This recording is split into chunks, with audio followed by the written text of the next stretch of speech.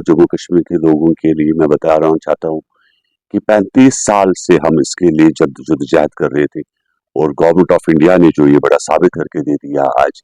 मुझे याद है 1993-95 के बिटवीन नीतीश जी हमारे रेलवे मिनिस्टर थे और उसके बाद वाजपेयी जी, फिर प्राइम मिनिस्टर साहब ने जो पहल की, जो कोशिश की, और आज भी ये यकीन नहीं आता कि हम लोग सही मायने में 3.5 घंटे में या 3 घंटे में जम्मू से कश्मीर तक का सफर जो है, मैं कहना चाहता हूं कि कश्मीर के लोगों के लिए और देशवासियों को बहुत बड़ी सौगात, बहुत बड़ा मुबारक। मैं जानता हूं कि जब रोड बंद होता था कि जब यहाँ पे सब्जी जो है 1-1 किलो 500-500 रुपए में बिकती थी, मैं ये भी जानता हूं कि 94 में एक बस जो है बर्फ के नीचे चलेगी जिसमें 55 लोग मारे गए और कितने हजारों हमारे बुजुर्ग जवान बच्चे जो है अजान इस रोड की वजह से चले गए। सही माने में एक बहुत बड़ा तोहफा, बहुत बड़ी सौगात। टूरिज्म बढ़ेगा, एम्प्लॉयमेंट बढ़ेगा, बहुत ज्यादा टूरिज्म आएगा, ये आप मान के ले रख लीजिए। अभी आने वाले 3 या 4 महीने के बाद आप देखेंगे कि टूरिज्म का ब्लूम इतना ज्यादा बढ़ेगा और कश्मीर में बेरोजगारी का कम से कम एक मामला खत्म होगा। हम ये मानते हैं कि शायद 30-35 साल 40 साल के अरसे के बाद हमारी दुआएं कबूल हुई। मैं इसमें डायरेक्ट बजाते खुद कुछ नहीं कह सकता, बिकॉज जो मेरी सेंट्रल लीडरशिप है वो इसके बारे में ज्यादा अच्छा बता सकती है, बिकॉज उसके ऊपर रिव्यू चल रहा है। वो जो भी करेंगे अच्छा ही करेंगे, सब लोगों के लिए, वक्फ के लिए भी अच्छा ही करेंगे। बड़ी मुबारक, बहुत बड़ा सौगात, पूरे देश को मैं मुबारकबाद देना चाहता हूँ। इस देश की आजादी के लिए हमारे बुजुर्गों ने बहुत सारा खून बहाया है और इससे बड़ी सौगात जो है कोई और हो नहीं सकता।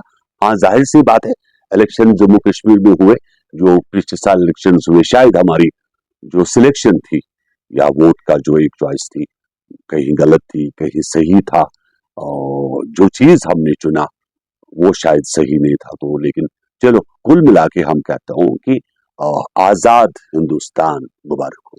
आखिरी सवाल मेरा गाना एक था कि तेरे वास्ते चांद तारे लाऊंगा, वो अब जो उमर साहब ने टोपा के जरिए कहा था, तो बिकॉज जब मैं बोलता हूँ तो बड़ा तनकीद भी होता है। मुझे लगता है कि लोग शायद मेरी बात को पसंद नहीं करते हैं कि जब मैं नेशनल कॉन्फ्रेंस के ऊपर निशाना लगाता हूँ, क्योंकि मैं सच्चाई को दोहराने की कोशिश करता हूँ। शायद लोगों को झूठी अच्छा लगता हो, उमर अब्दुल्ला के वो चांद तारे लाने की बातें अच्छी लगती हो, लेकिन अगर मैं बात करूं आंध्र प्रदेश में, आसाम, बिहार, मध्य प्रदेश, क्योंकि मैं अगर देखता हूं कि चीफ मिनिस्टर जो है उसकी चप्पल भी फटी पुरानी होती है। एक सादा जिंदगी, सादी लाइफ में जाकर लोगों की खिदमत करना, लोगों से मोहब्बत करना, ईमान, मजहब, दीन होता है। लेकिन फोटो शूट के लिए सीएम बनना, गुलमर्ग में सिक्किम के लिए और फोटोग्राफी करने के लिए सूट बूट की सरकार में, शायद दिल दुखता है मेरा।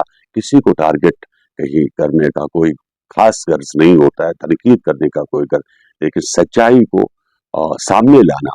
आपने पावर की बात की, आपने 200 यूनिट, अभी प्राइम मिनिस्टर साहब आए, हर जगह होता है, जब भी किसी स्टेट में प्राइम मिनिस्टर चले जाता है तो वहां के वजीर आला डिमांड रखते हैं। तो हमारे वजीर आला ने ये डिमांड रखी कि आसमान बड़ा साफ है। तो चलो, मैं इसको बदनसीबी मानूं और उससे ज्यादा कुछ नहीं कह सकता, बिकॉज लोग बहुत ज्यादा सफर कर रहे हैं, लोग तकलीफों में, कम से कम एलजी गवर्नमेंट में तकलीफें नहीं थी। और आप एमसी जिंदाबाद लिखते रहिए नीचे से अपने ट्रोलिंग में, मुझे कोई फर्क नहीं पड़ता, लेकिन मेरे यहाँ पे जो हो रहा है बिल्कुल गलत हो रहा है। एक गलत फैसला जम्मू कश्मीर की आवाम की तरफ से जो भी हुआ बिल्कुल गलत हुआ, जो नहीं होना चाहता। आने वाले मार्च अप्रैल में क्या बिजली का पोल, क्या पानी की पाइप हमें मिलती भी है या वो भी नहीं होगी। ट्रेजरियां आज खाली पड़ी है, आगे क्या होगा अप्रैल में फिर आपसे बात करेंगे, फिर मिलेंगे।